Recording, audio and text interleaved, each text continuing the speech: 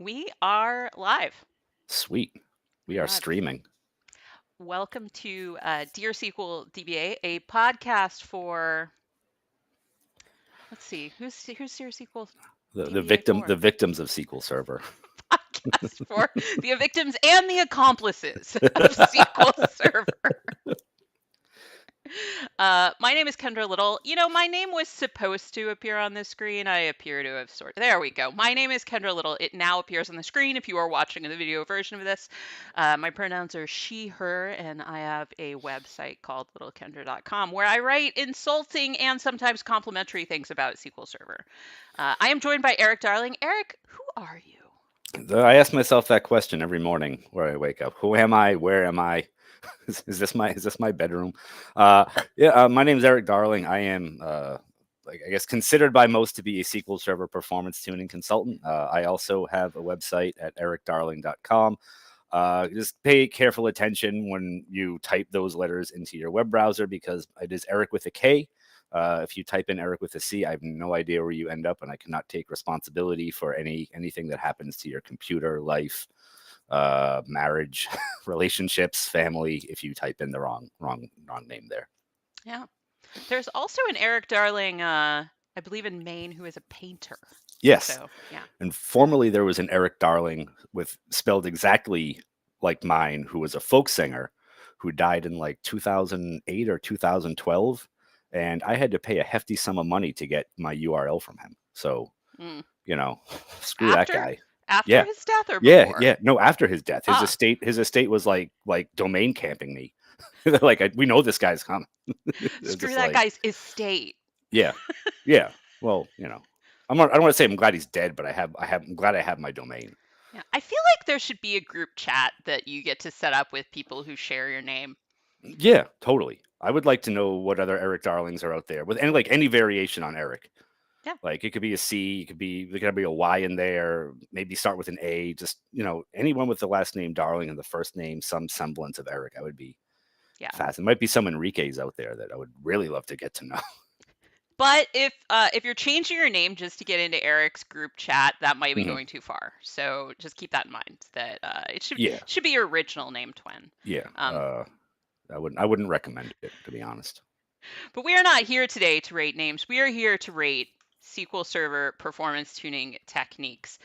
Before We we get into sure that, are. I have now placed an advertisement on the screen for 2 days of perf tuning precons that will be taught by Erik Darling and Kendra Little. And where are we teaching it?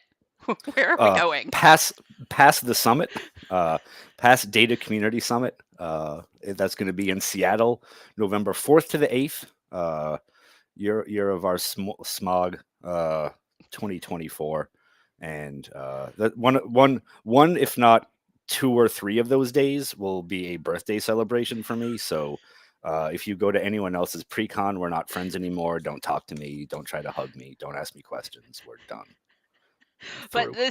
this will be 2 days, 2 different days. We're co-teaching 2 different days of performance tuning training that complement each other. And I don't know that I would say it's the Consumer Reports of database performance tuning, but Yeah. in-depth reviews. It is definitely not a Gartner Magic Quadrant of It's not. SQL Server performance tuning. Clearly not on that It's page at all. it's more of a Gartner Magic trash can. But they'll probably send me a cease and desist letter for saying that. Yeah, so we could just call it the not Gartner trash juice container. Yeah, Which would be yeah. probably fair.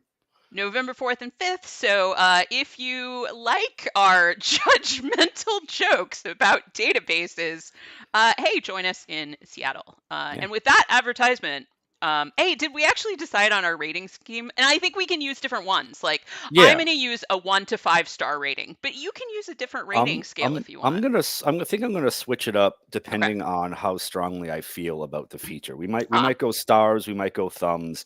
I might just scream hated it into the camera. I don't know. I have very visceral reactions to some of these things. I saw the slides and I'm like, oh, you. There's just not enough feeling in the world for me to feel about you how I want to feel. My rating is Wonderwall. Yeah. All Yeah, right. you know what? Maybe I will use like Britpop bands as my rating scale. That's your rating Like on a scale. scale of like Oasis to Blur. Where Yeah, exactly. Exactly. Okay, so our first performance tuning technique to rate is recompile hints.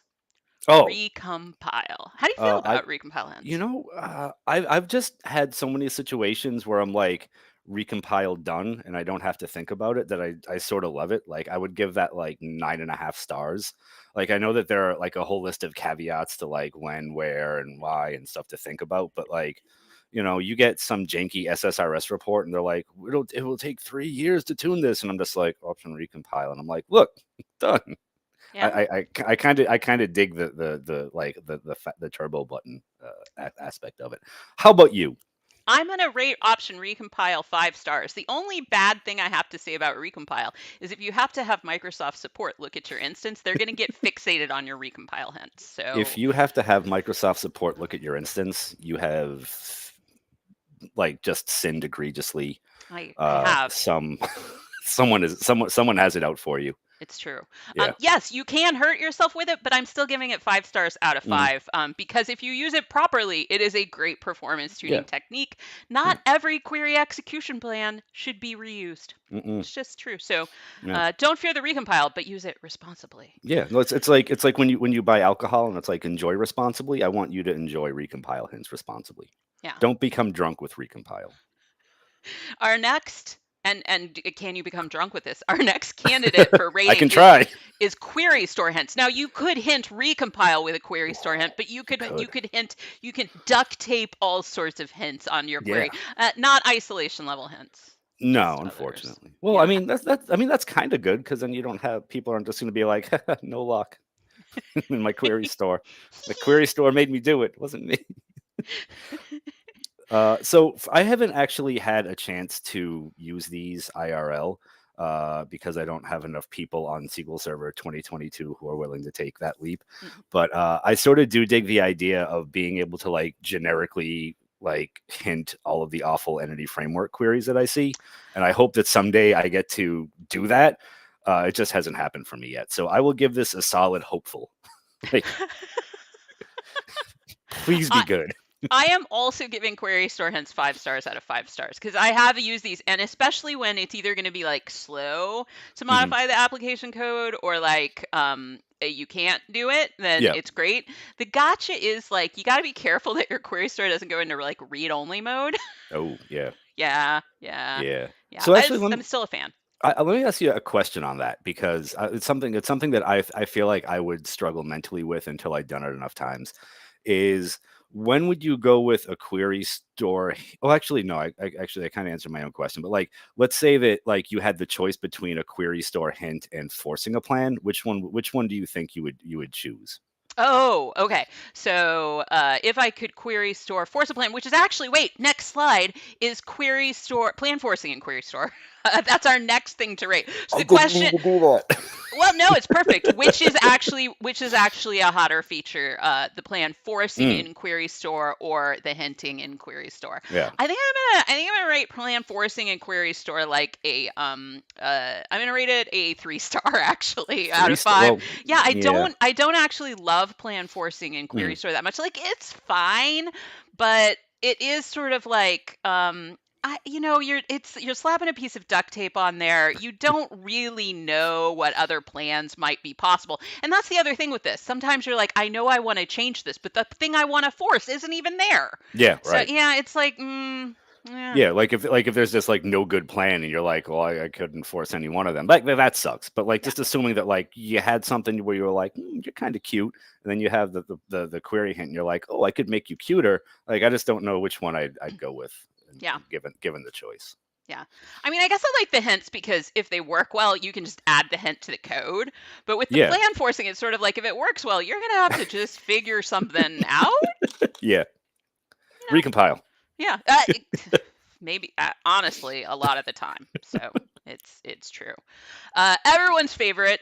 This is illustrated by a badly drawn dinosaur. Mm, CTEs, common table expressions. Eric, I know that you love CTEs. I'd love to hate them. Uh, I think it's one of those things where like it's like the contrarian side of me, which is just like when I see too many people talking about how great something is, I just like need to find reasons to not like it. So it's just like super like pop music or something. I'm just like, why do you all like the Beatles? The Beatles suck. Where it's like, yeah. So like everyone talks about CTEs and like, oh, they're make queries more readable, and I'm like, no, they don't. Formatting does. They're like, oh, and like to make everything so easy to understand. And I'm like, no, no, no, formatting does. Comments do. And then it's like, oh, and like you can do this special thing with them. I'm like, that's not that special. You could do that with a derived table or anything else. Like, it's really not like, and like, everyone who I run into seems to misuse common table expressions and be like, put a query in them and then like take that common table expression name and join to it 4 different ways and have a subquery. And I'm like, look at this query plan. like let's get in the spaceship and let's finally get to a height where we can see the entire plan together and like just look at the size of it and look at the repeating features of that and like look, that's your common table expression. Yeah. Use a temp table. I've now gotten to the point that when I use common table expressions, I sometimes just get resentment for the SQL features I don't have. Like, so one of the reasons you might use a common table expression, like if you have a window function and then you want to put a predicate on that window function, maybe Right. you're doing row number and then you want to say where row Sure. number equals 1. Totally. SQL Server doesn't let you put the window, you have to like use a CTE and then put the filter on the outside of it. And now I know now that like Snowflake lets you just do that syntactically easier. And I'm like, yeah, why can't I have nice things? yeah.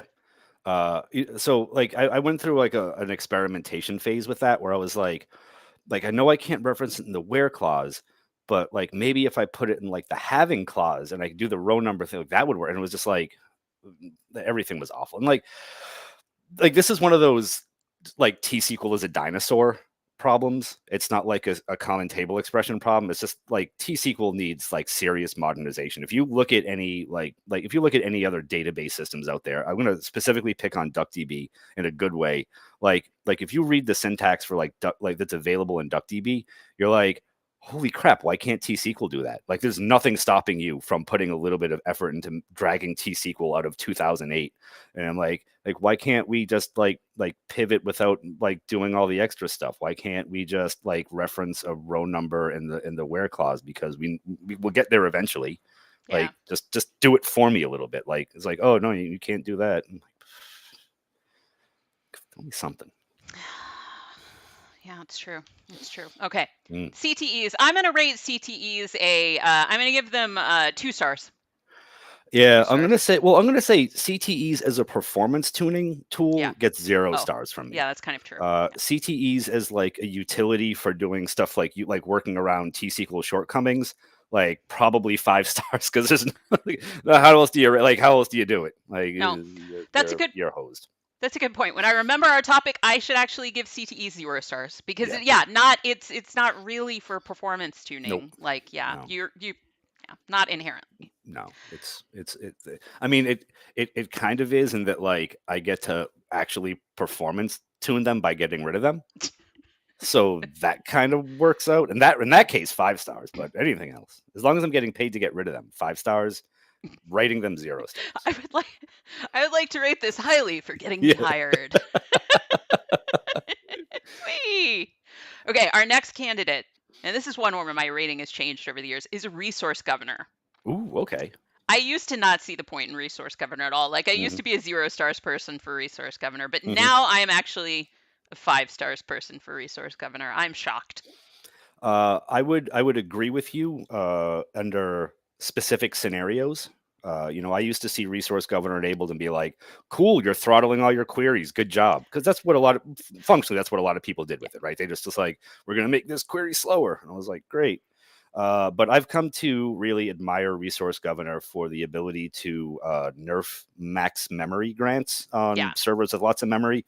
Because by default, any query can ask for like 25% of your server's max server memory setting for a memory grant, and that can get really out of control once you start getting into like meaningful amounts of memory on a server, like 500 gigs, terabytes. So like I really like the fact that you can just bring that way down from 25% to like 1 or 2 or a decimal, and you don't have to worry about one query taking like 400 gigs of memory. You're like, you didn't need it. Yeah, no, I agree. And So I've used this for similar things too. I've also used the setting on, I forget if it's the pool or if it's the group, but you can like put things into a group and be like, this Yeah. whole group gets this much memory. Yep. I do wish there was some way to resource govern TempDB. Like I Mm. cannot resource govern myself out of every problem, but I Mhm. do like that it also lets me set the max stop for a group. Yep. So you can do some clever things with it. I am now a fan. I don't know if I'd buy Enterprise Edition just for that, No. but Well, I it like depends a it. little on your situation. Like if you're on standard edition and your big problem is queries asking for too big memory grants on like, the crappy amount of memory that you usually stick in the standard edition box, and you can change the code, then like the max grant percent hit is great for like sort of working that out. But Ooh, if you're kind of stuck, then I have an maybe I have an idea though. What if I automatically wrote code that applied the max memory hint using using query store hints to every query in my code base? diabolical. Yeah, it's That would perfect. that would be a 5-star feature. 5 stars. All right, so you Auto-hinting. give resource governor 5 stars. Yeah, I do. All right. I'm going to give it 4 stars, and I'm going to say I would give it 5 stars because if like the first thing that I talked about, where a single query, you can nerf that. What Mhm. you can't nerf is how much memory in total SQL Server is willing to give out to memory grants. That stays at 75% of your max server memory setting. If you could turn that down, I would give resource governor five Well, stars. you kind of couldn't you change it on like the default pool? Uh, I guess, but I've just never had great luck getting Yeah. getting the whole group to obey that. Yeah. I've had similar things with like the CPU settings on a group where Ugh. like there's two settings for CPU that are very similar and I still Mhm. can't tell the difference. Yep. And even when I set both of them, they sort of Yep. halfway work. Yeah. There's like one Robert Davis post from 15, 20 years ago that like explained it in the most clearest terms possible. Yeah. And I was just like, cool, I get it. This is the one I should use. But then when I used it, I was like, that's not doing it. That's not Yeah. doing what I thought it would do. Yeah. I feel bad for resource governor. Wonder who owns resource governor these days. Who's the PM on They should get to call themselves the governor. that? That's like the perk you should get by being Yeah. the resource Yeah. governor Their person. title should be like Commodore or something cool. Like, I would dig that. I would Our, apply for that job. Be Commodore at Microsoft. our next candidate for rating is hinting the legacy cardinality estimator. Mm. I'm actually curious if you ever have good results with this or ever. I never remember to try it. So it's option use hint force legacy cardinality estimation. Yeah. That is one of the first things I try when I see a crappy plan. That is slowly risen to the top of my is this going to be it checklist. Like it's like recompiling that. I'm just like the first thing like recompile legacy card now. I think that Microsoft is far too full of hubris in calling the new cardinality estimator the default cardinality estimator. That was a big mistake because that thing well I guess it does have a lot of faults in it. So I guess it's not too far off. But Do I you think love the legacy cardinality estimator. do you think they should have just named them like flavors? Like Yeah. instead of legacy and new, Yeah. maybe they should have just been like cardinality classic and new cardinal or like fresh spicy cardinality or something. Yeah, like I would have even taken like red and blue. Mm-hmm. Just like just to make Nacho like flavored. yeah, just it's sometimes blue is better than red, sometimes red's Right. better than I don't know. Yeah, like Cool Ranch and Nacho I feel like would have Yeah. been perfect. Yeah, exactly. Yeah. If Anything like that. if questionable trademark Yeah. wise. But Which would have matched the blue and red of the Dorito bags. Right? yeah, I'm gonna give myself 0 stars for never remembering that I can do this, and I'm leaving its star rating unknown until I remember to try Legacy Yeah. Cardinality. I do have a fair amount of luck with it. I'll even go a step further than the query hint. I'll even say the database setting to force legacy cardinality estimation has saved entire workloads where someone was like, we upgraded to 2019. And I was like, yeah, and they're like, we're having a performance emergency. And I'm like, yeah, and did you do this? Did you set compatibility level to 150? And they're like, yeah. And I'm like, okay, change this setting. And they're like, everything's normal. Like, yeah, It's cool. back. Yeah. It's like now you don't have to write that a million times in every query and remember it every time you write a query. It's just database level setting. Yep. So I love it both as a query hint and a database level setting, especially if Oh, you want to use a higher compat level and take advantage of the cool new gizmos and gadgets Microsoft hides behind them, like scoundrels. yeah. I do always, the other thing I always forget that I can do is that you can hint a higher compatibility level than the one you're using. I always think Yeah. of the compatibility level hints as like down level hinting, like, oh Right. Right. no, I don't want compat 160 for this. But Yeah. you can actually hint upwards too, which Yeah. I am trying to teach myself. Which is a lot of fun for experimentation, especially on like, I mean, it's not going to apply to you because of where your workload lives, but I do run into clients who are on like, using older compat levels who are on newer versions of SQL Server. And I'm like, well, if you crank this up, you can get batch mode on row store and your life can get a lot easier. Like for this query, yes, Yeah. Yeah. I my workload lives in the cloud, which is it does. and in the cloud, in the Not Azure Cloud cloud, 9. in the Azure cloud, sometimes we don't have all the latest features. Yeah, it's surprising how that whole cloud first movement turned into like cloud. Wait, we have to manage this? Yeah. Cloud, Maybe some not. things first, some Yeah, things very late. yeah, Yeah. yeah. Yeah. Some Table things never, variables. maybe. Table Table variables are our variables. next item to rate. How do you feel about table variables as a Oh, performance tuning technique? pretty icky. Pretty ick. Gotta Rating say. is ick. Yeah, that's a big ick for me. Yeah. I Yeah. recently saw some, just, I get questions from folks. How do I know when to use a table variable or a temp table? And my new response for this is you should only use a table variable when you can prove it is better. Mm. I would say my usual advice is, if you're going to take that table variable and join it off to any other table, you should be using a temp table.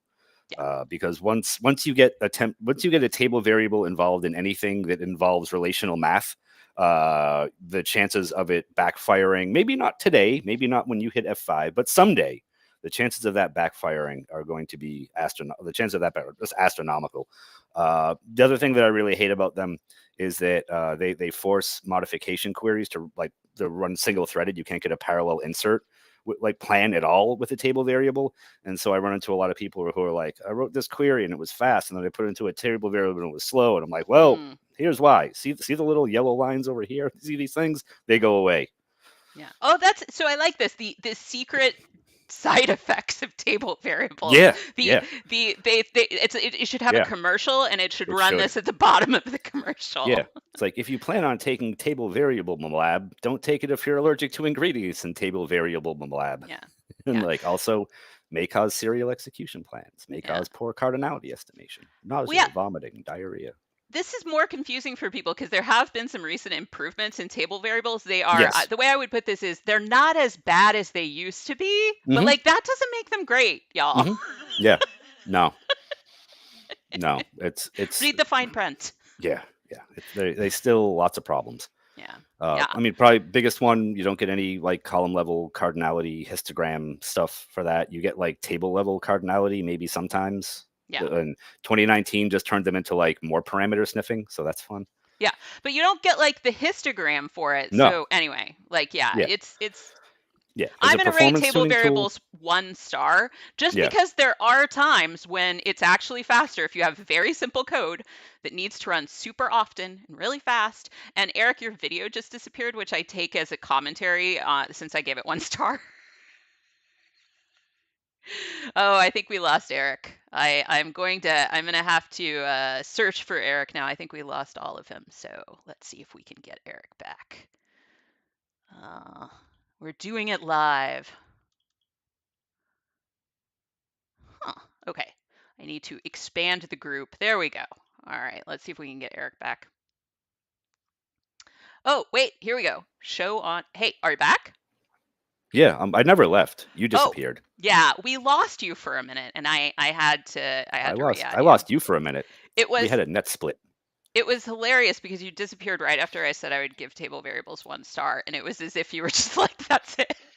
I'm out." Oh no, no! It was like because I was sitting there and you were like mid sentence, and then it was like I was the only one on the screen. And I was like, oh, like did Kendra get like departed or something? Like, am I the leftovers? Like, or is she the leftovers? And I don't know it. Where did I go? We had split And brain. yeah, it's like yeah, Yeah. it was a little It's scary there for a moment. Is the cluster still online? What did you give your official rating for table variables? Now I don't know. No, I didn't. So I would also say 1 star just because there are circumstances for like very fast like high execution code that table variables, because they get far less care and love and attention than temp tables do. They can be faster, but I've also noticed that has sort of dwindled a little bit with the in-memory temp DB, which you don't get in managed instance. Yes, I would love my major feature that is missing from Azure SQL Managed Instance, also missing from Azure SQL Database, I should point Yep. out. Yep. So when there are claims that Azure SQL Database is limitless, I'm like, oh no, I know of a very specific limit. Yeah. Yeah. Sorry, I wish I didn't. Yeah. I mean, let's just be honest. Azure SQL DB is not meant for a serious workload. You can't even change cost threshold for parallelism. Like, there's just no. You can't change. No, you What? can't change cost threshold for parallelism in Azure SQL DB. Really? You can change max stop. You can't change cost threshold for parallelism. I'm like, if you're like who would put a serious Scandalized. workload there? Yeah. Yeah. I was like, Did not know that. yeah, it's wild. All right. Automatic plan correction. Oh God. Now, not everyone knows what automatic plan correction is. Stand back. How would you describe automatic plan correction? Like if you gave a junior DBA a query to tune and you were like, what do you think about this? Try some stuff. And it was just like, maybe, that looks better. Look, that cost less. That must be better. Yeah. Automatic plan correction, but it's built on top of Query Store. Mm-hmm. It experiments with your queries. It tries to see if they get faster or slower, and then it forgets all about it periodically. Like if you have a failover or if statistics get updated, and then it retries its set of experiments again. Mm-hmm. Yeah, I give automatic plan correction. I give it 1 star. I would give for it trying. absolute. I would, yeah, okay. If we're gonna give it a participation star, fine. It gets 1. Otherwise, just leave my plans alone. Yeah, some plans don't need to be corrected. Some plans are intentionally the way they are. Yeah, I do feel like automatic plan correction could be a great feature, but I feel like it got an introductory version and then it never got any major like revisions. Like I think it got some fixes probably, but it didn't ever get a look to say, hey, how do we actually make this more useful for people? How do we, and so it remains something where I'm sort of like, it's an interesting idea, but it doesn't have a whole lot of levers. So it's really not super great. It reminds me a lot of like a lot of other things in SQL Server where like, just like if we go way back, it's like partitioning and index views. We were like, oh, we got this thing. It's V1. It's got some limitations. And then like 20 years on, we're like, it's V1. It's got some limitations. Yeah. And then like, that. And, I mean, maybe the parameter sensitive plan optimization isn't quite in the same bucket yet. But 2022 didn't make any I mean, it was just like, we're just, maybe the next version will, but V1 of that was kind of sad. Yeah. No, I think we have a future slide for that. That's a spoiler. Okay, batch mode. How do you feel about batch mode? I love it when I love it, and I'm like baffled when it doesn't do anything. That's my general opinion on it. Solved a ton of problems with it, like made a lot of stuff like CPU bound queries, sometimes IO bound queries get a lot better with it. But yeah, like there are times when I try it and I'm like, watch this, and then it's just like the same, and I'm like, what happened? Why did you fail me? Yeah, so batch mode, essentially the idea is that, so there's row mode. Our classic thing that we've always had in SQL Server is called row mode. Yeah, good for a small number of rows. Yeah. Yeah, it's like I have a little drawing on the screen and there's some buckets versus little cups. So with row mode, you're kind of like, I want little bits of data. And then batch mode's kind of a bucket. But yeah, I guess the problem with batch mode is that dealing with buckets can be hard. Buckets are heavy. Buckets are heavy. We have a comment from Lee who says batch mode has made me look very clever at times. I think that Mhm. is worth a good rating when it makes Yeah. you at least, Yeah. which is impressive in itself. Yeah. No, Um, I like, I remember, when I first started experimenting with it on like reporting type queries, and I was like, I don't even have to change any other code. We already went from 30 seconds to 3 seconds, and like I can just leave it. Like it's just that's it. We're done. Like I don't need yeah, to tune this any further. I don't need to like get rid of the is nulls. I don't have to like I don't have to do anything. It's just boom, like yeah, finished. And then like I don't know, but there have certainly been times when I experimented with it when like I thought it was gonna like buy me a lot more than it did, and I was like, batch mode has forsaken me. Why batch. why have you forsaken me, batch mode? What did I do wrong? Yeah, I'm gonna give batch mode 4 stars. Yeah, yeah, I think four is right. Yeah, even though it has regressions, Yeah, I like it. it would get Also, 5 stars if we had batch mode nested loops. That's it's never gonna happen, but it's okay. yeah, I would just like all of my nested loops to be optimized, honestly. Um, True. yeah. There's no Um, reason not to optimize them. right? What? And anyway, what's the branding on this? Why have like the optimized version and then make the non-optimized version Yeah, available? Right? yeah. Who wants the non-optimized Yeah, it's to version? make you feel bad. It's like, oh, you didn't get platinum nested loops. Sorry. Yeah, that's your problem. Yeah. Sorry about your standard nested loops, Yeah. loser. For anyone listening, if you ever have a case, which I have hit multiple times recently, where suddenly you have this query that's really slow, that's usually really fast, and maybe you look in Query Store at the plan history and you're like, gee, this is a very simple plan, and it looks just like the plan used to look, and it has a nested loop operator in it. Right click on the operator, look at the properties, and see if it says optimized equals true or not. Because if optimized equals false, when it's slow and optimized equals true when it's fast, that is actually the difference. Hmm. And optimized equals false if that plan is reused by something that has, oh, say, more than 10 rows. It's going to be real slow. Yep. I get it's just one of those bizarre things where I'm like, why even bother having the crappy version of it anymore? Yeah. No, Like, I wonder like, if there is a reason. well, I mean, the reason is that like optimized nested loops, like believe they get some memory attached to them. Ah, And I remember Sir Connor Cunningham talking about a support call where he was awoken in the middle of the night by a large company to fix a problem with a server where all their nested loops had turned optimized, hmm. and they were like, "We're having memory issues," and he was like, "Here's a trace flag." Yeah, this was probably in like 1974, though. He He's probably not also that made it up. old, but No, I mean now that like look, the optimizer needs some modernizing the same way T SQL does. It's a bit tedious to have to go through all these things and like XML nodes to figure out little differences like that. But I just don't like on servers these days where like like we're beyond like the 32-bit 3 gig imposed memory cap.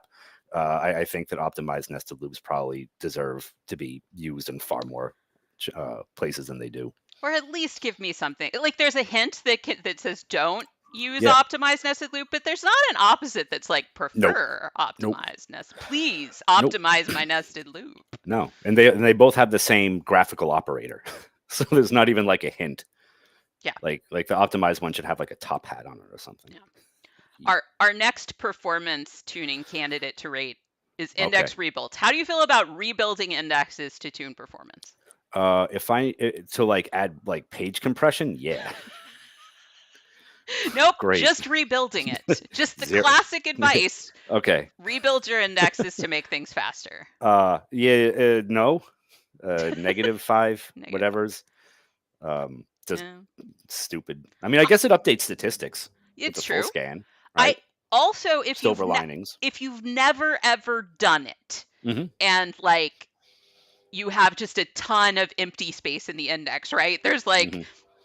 all your 8 KB pages have like 1K in them. Yeah. Rebuilding the index will make the index smaller, which will improve performance. So like, yeah, you should do it sometimes. You Hmm. should do it sometimes. Yep. Lee But says just reboot every night. Hey, that's on a future slide. That's no spoilers, okay? Yeah, yeah, I feel spoiled already.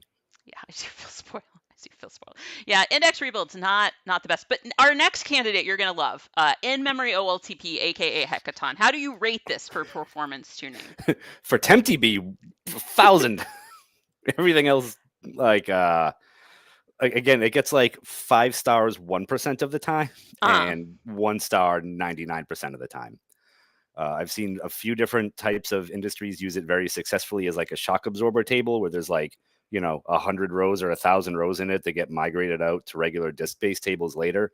Like but while they're super active, like the lock and latch free stuff is cool, but the number of people who have been like, we've been thinking about, and I'm like, no, you haven't been thinking. You've been reading and wondering. You have not put a single ounce of thought into this. For people who are watching, I am moving you around the screen in the attempt to center you in the video screen. So. Am I leaning? Oh, you're fine. No, I had you centered. Okay. You're totally fine. I'm going back where I was then. This is my comfy elbow. You're like you're having a cruise around the screen. It's totally fine. Yeah. So how about you? Oh, in-memory OLTP. I rate the name 0 stars, absolutely. Because my least favorite thing about this technology is that it makes it sound like everything else is like not in memory. Like, yeah.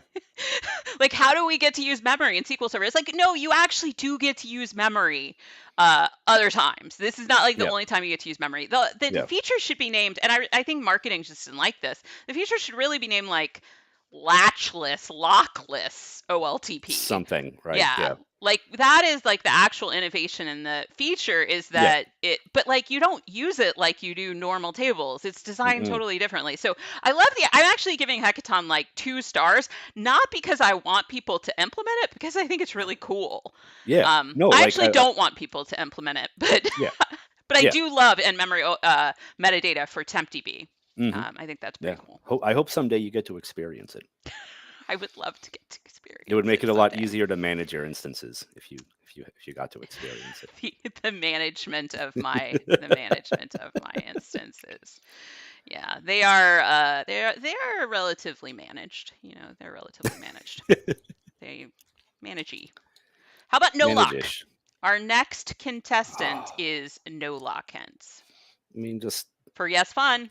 Just no. I mean, as a consultant, I love seeing it because I'm like, I'm gonna make a lot of money off you because you've got problems. You're like, no one knows what they're doing, and your application is probably full of weird bugs that you've never really discovered. And I'm like, cool. You can pay me more now, but as a performance tuning feature, God, why? No, I'm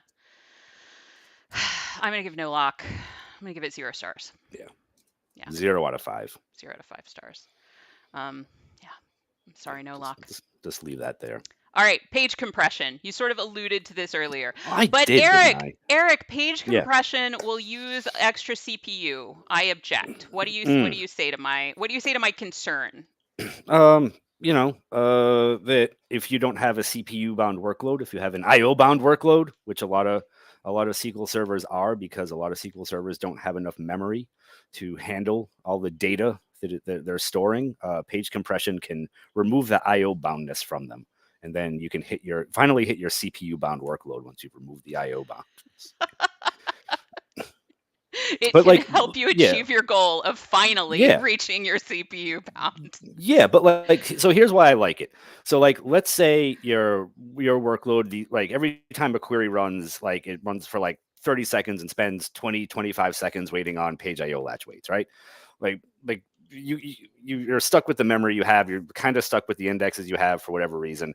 But once you get the workload to not be IO bound, you can actually start fixing the CPU boundness of it, right? You can fix a query to use less CPU. It's hard to fix a query to not be IO bound. It's easier to fix a query to not be CPU bound, at least for me anyway.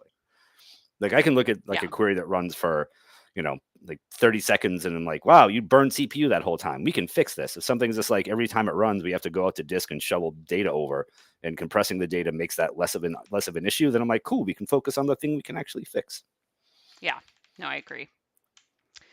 Page compression, I absolutely adore page compression. It Yeah. is magic. It is like incredible actually how much it can shrink something. Yeah, it really is. Yeah. Like I'm not saying it's on par with Columnstore for everything, but man, it does a great job. Yeah, it is in fact very impressive, Yeah.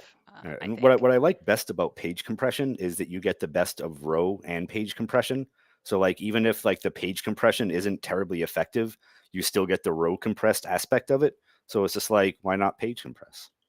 Like, what's the point of like thinking should I row or page compress? Just Well, I think like when this came out, CPUs they were slower, and like yeah, it I think people were more worried about CPU just overhead in mm, general. I wonder if it was implemented now, if they actually would implement row compression even, or if they would just do page compression. it's a good question. Yeah. Yeah. I mean, like I used to hear people squawk a lot about like modification queries with it too, but I don't really get so much of that pushback anymore. Yeah. All right, table partitioning. How do you like table partitioning for performance tuning? I chose to illustrate this with an angry pile of waffles. That's me, an angry pile of waffles. I mean, so like if I'm trying to performance tune like putting large amounts of data into or taking large amounts of data out of a table, I think it's 5 stars. If I'm thinking about like general query performance, it is like 0.1 stars. Yeah. Yeah. Yeah.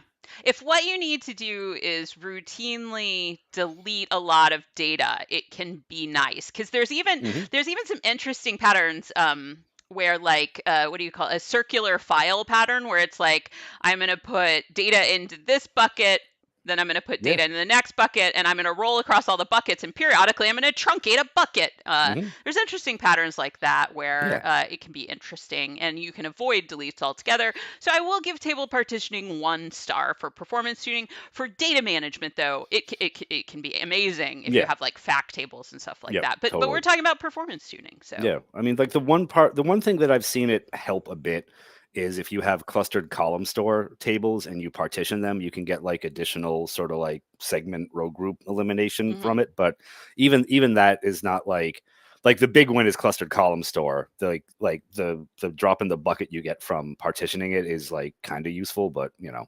Yeah, but it would probably help you manage your column store if you need to remove totally, stuff yeah, from it. Yeah, yeah. so that's cool. How about filtered indexes, which sometimes gets confused with partitioning, but it is not at all Sometimes partitioning. does, yeah. So the problem I run into with filtered indexes all the time is when people have implemented soft deletes, which is fine, and you want to filter an index to only have like the non-deleted stuff in it. The problem is that the non-deleted stuff makes up the majority of the table.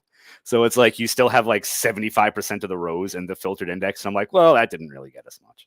Yeah. So like they're cool. I think honestly, I think the best thing you get from filtered indexes is the filtered statistics.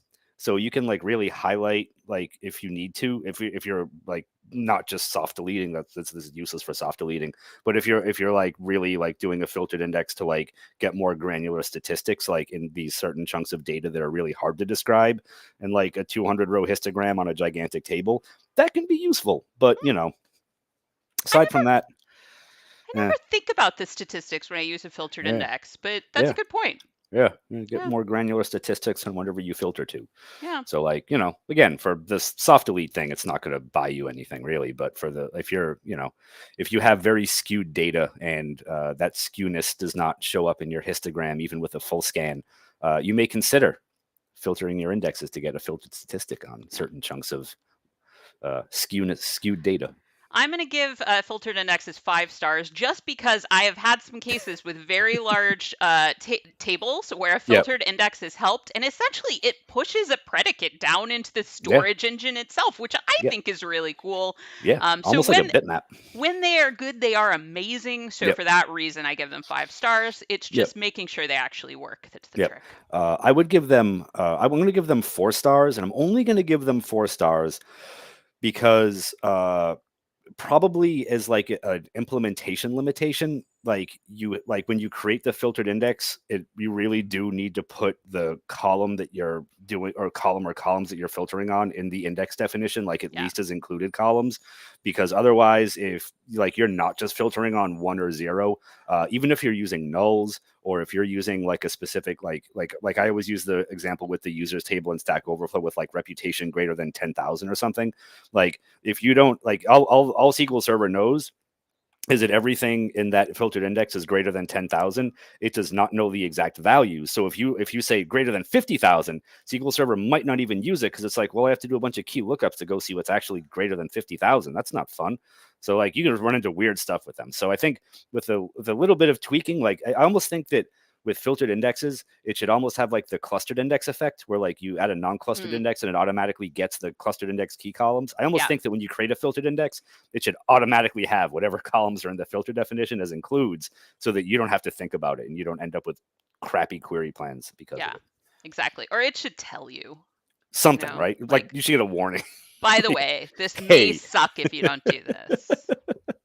Your problem now. Yeah. Yep. Columnstore indexes.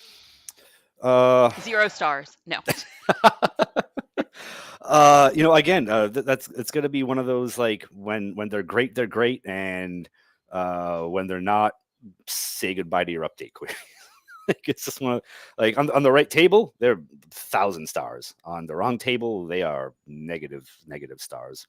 Yeah, but it's interesting that you can do really, like, I'd totally forgotten about the existence of filtered non-clustered column store indexes till recently. And then when I remembered it, I was like, that's really pretty awesome. Right? Yeah. Right? Just like, okay, like not for every situation, obviously, but obviously not bad. Yeah. Yeah. Yeah. I mean, that's a neat trick to get like dirty batch mode on row store, stuff like that. I particularly like them on the types of tables that people write their kitchen sink catch-all queries against, because you don't have to worry about having 30 different index permutations. You can just use the non-clustered column store index, because it has all the columns, and you can filter on whichever ones you want, and in any order you want, and you can select whatever ones you want. And you only use those. So there's like great stuff about them. It's just sometimes like the way that they're implemented with some of the interoperability stuff with like triggers, or I mean, I'm gonna say I think it's clustered column store you can't cursor over or something like that. There's like weird interoperability stuff where I'm like, you might not be able to, but I think like in general, like 5 stars, and like few limited circumstances, maybe not so many stars. I'm actually gonna say 4 stars, and it's kind of for a reason Lee mentions in the chat. Lee says I've mainly worked with the OLTP, so I've never really used Columnstore, and so I'm giving it 4 stars just because, like, now I've also worked with specialty like data warehousing databases like Snowflake, where they compress things amazingly, and they do like automatic like partition pruning, and they do all this magical stuff. And I'm kind of like, okay, Columnstore and SQL Server is cool. But if you really want to do data warehousing stuff, which is where this stuff really shines, an actual columnar database is going to focus on this more, right? Like it's totally. Yeah. So like I like having it, but I do kind of feel like it's not really what SQL Server's for anymore. Right. Yeah. Like you said, there are just database products out there that have done a far better job because they focus on columnar storage. That's their only baby. So like they just focus way better, and they implement way more stuff in it. Like you mentioned Snowflake, Databricks is another one. I think RocksDB is another columnar storage database where like they just put all their eggs in that basket, and they just did a far better job of doing all the little specialty stuff that Columnstore index. It would be nice if they did. Yeah. So if you love Columnstore, you might really love that. So I think we're nearing the end of our time, so we may need to go speed round. All right, no problem. Okay, join hints. Yeah,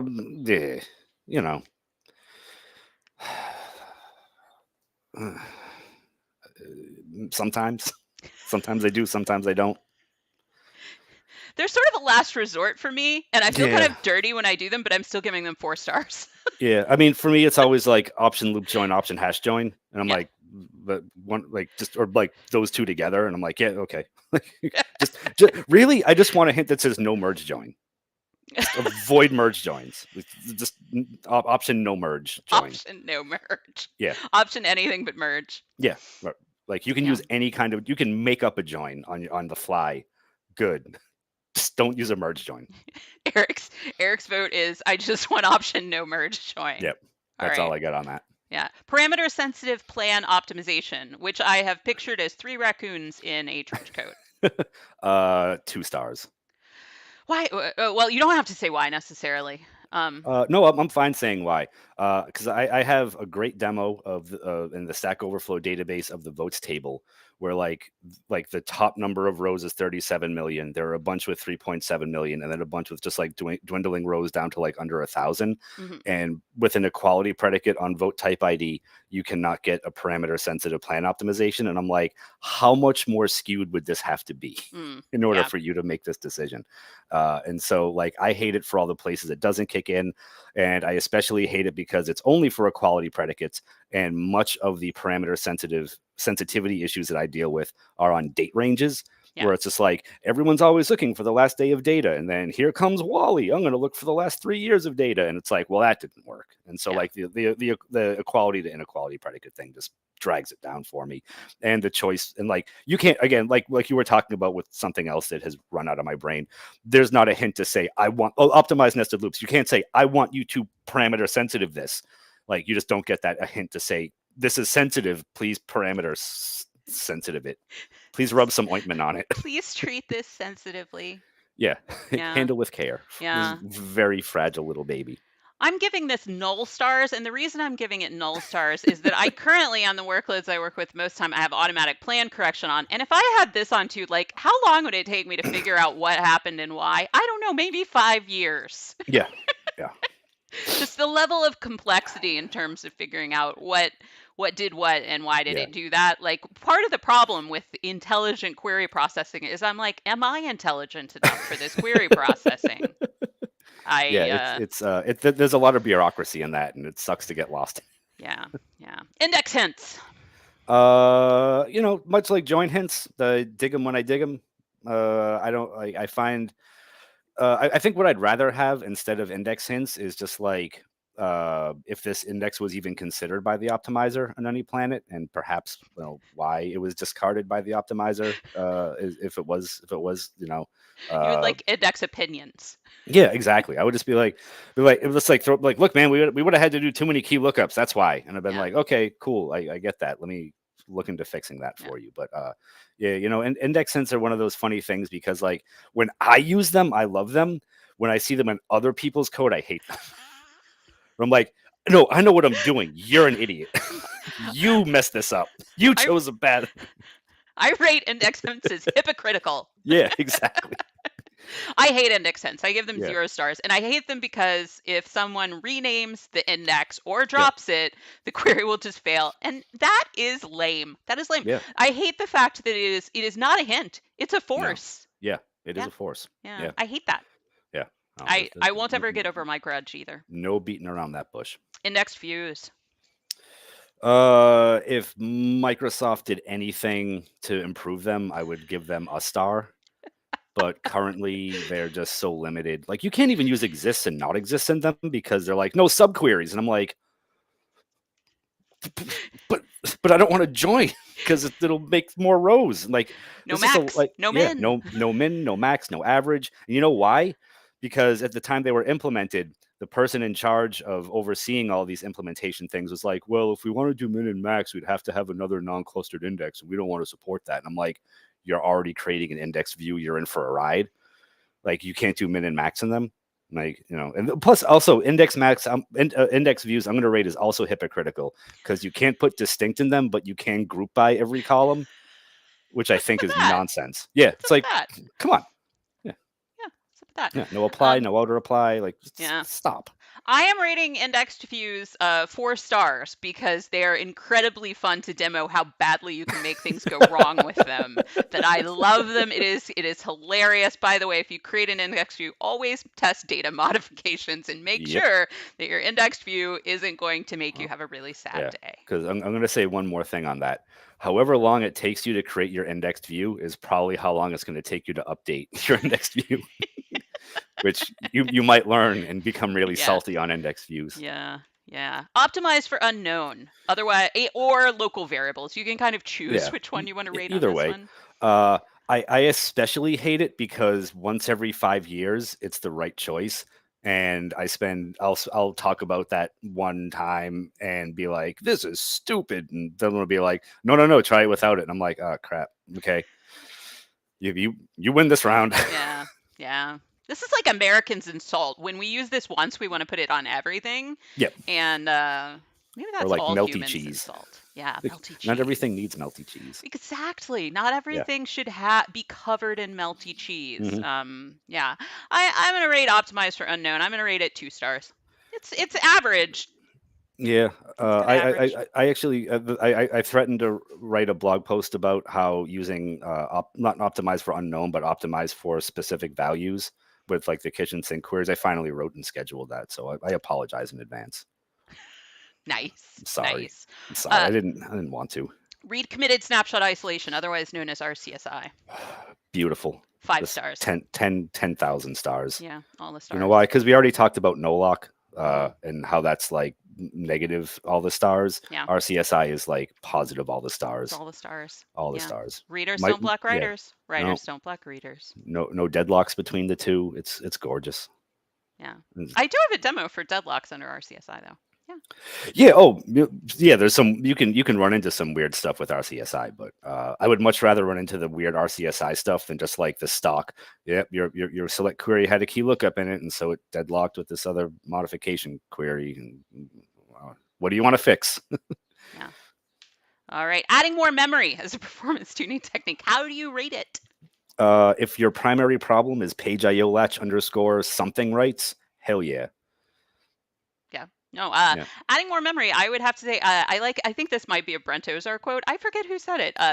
Adding memory covers a lot of sins. Yeah. And that is how I think of it. Just my Yeah. sins can hide under that warm blanket of memory. Yeah. And, I mean, and the reason why I love adding memory is because, there was, there was like a long time with SQL Server where people would be like, we added SSDs and this should be fast now. I'm like, no, you're still going to disk.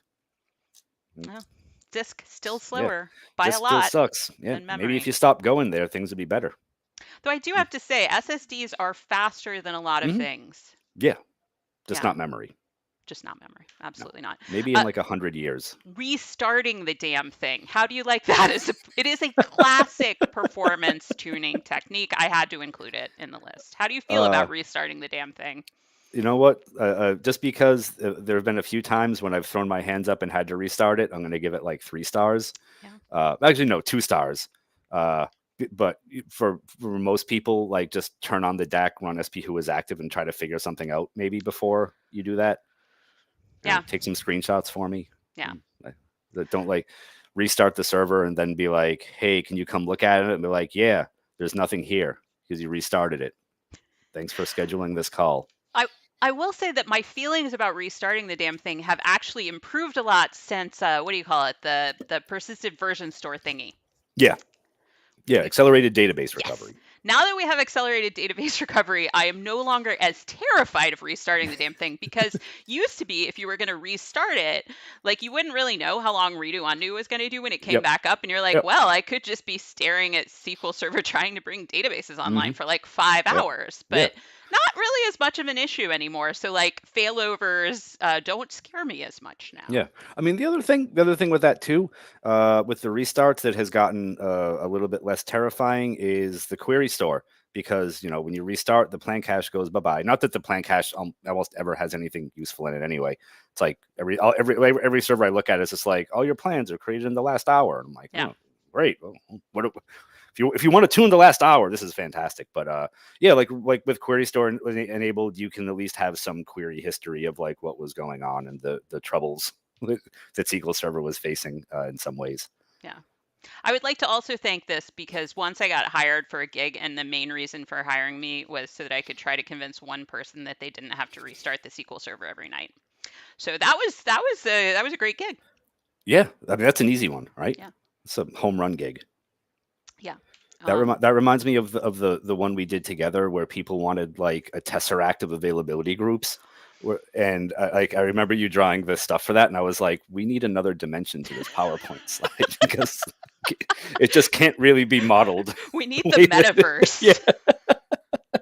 it's like everyone put on your VR goggles. We're going into the AG setup, and it was just like, yeah, Yeah.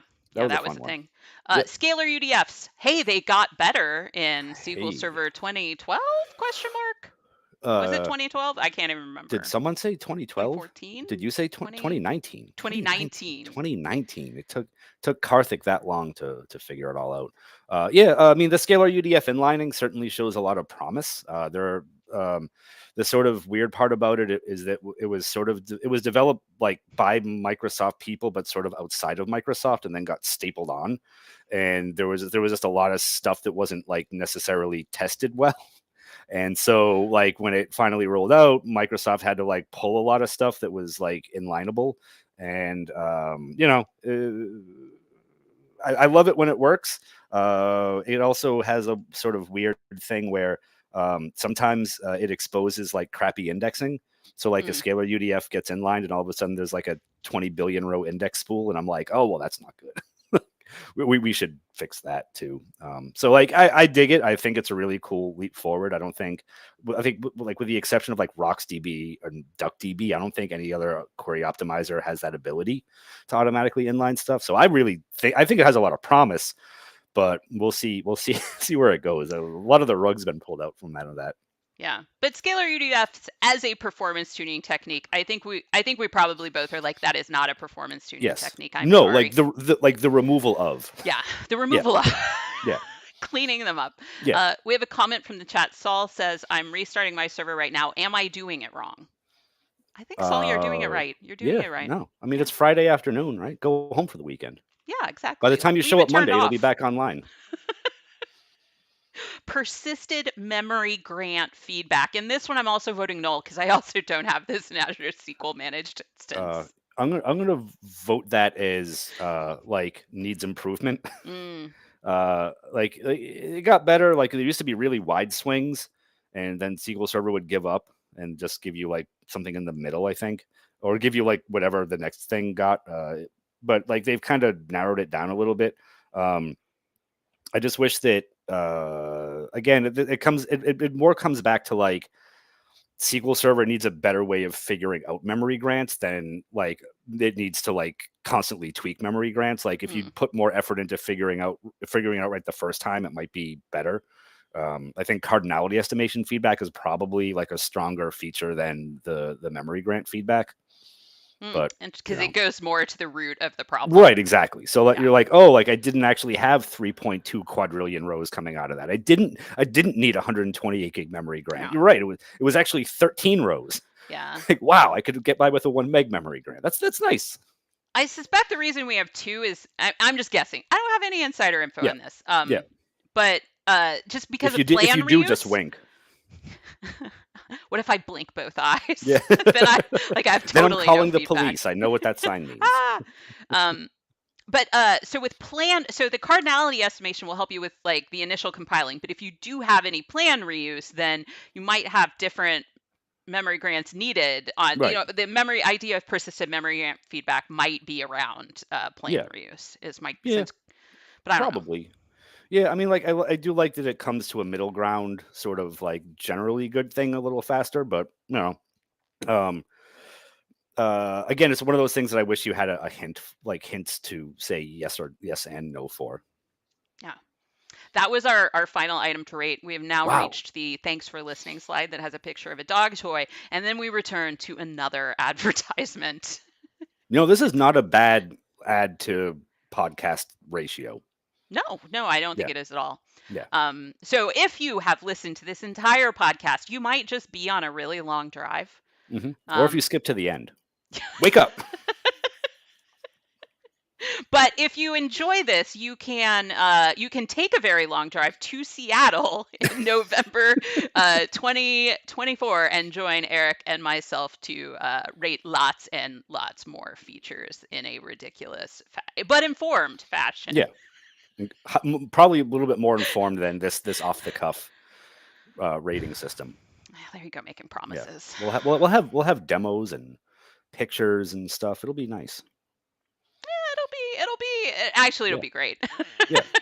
It'll be I mean, great. I'll be drunk for my birthday. You're gonna get a side of me you've probably never seen before. Oh, well, Yeah, I'm that's a promise. gonna show up in my hotel bathrobe and just. I'm picturing like the dude though. Like I wonder if you like you could do that whole outfit with like a fake beard and Let's face it, I'm gonna need the sunglasses. yeah, absolutely. Absolutely. Thanks for everyone who joined us in the chat, and thank you so much, Erik, for stopping by the Oh, old podcast. thank you for having me. I can't wait to put this up on my blog so I don't have to write another blog post. You have a blog? Yeah, go figure, right? Got a web doodle thing. It's part of what you want part of my web ring? Insulting. GeoCities. Yeah. My GeoCity. Get Yeah. my Angel Fire account. Yeah. See y'all later on the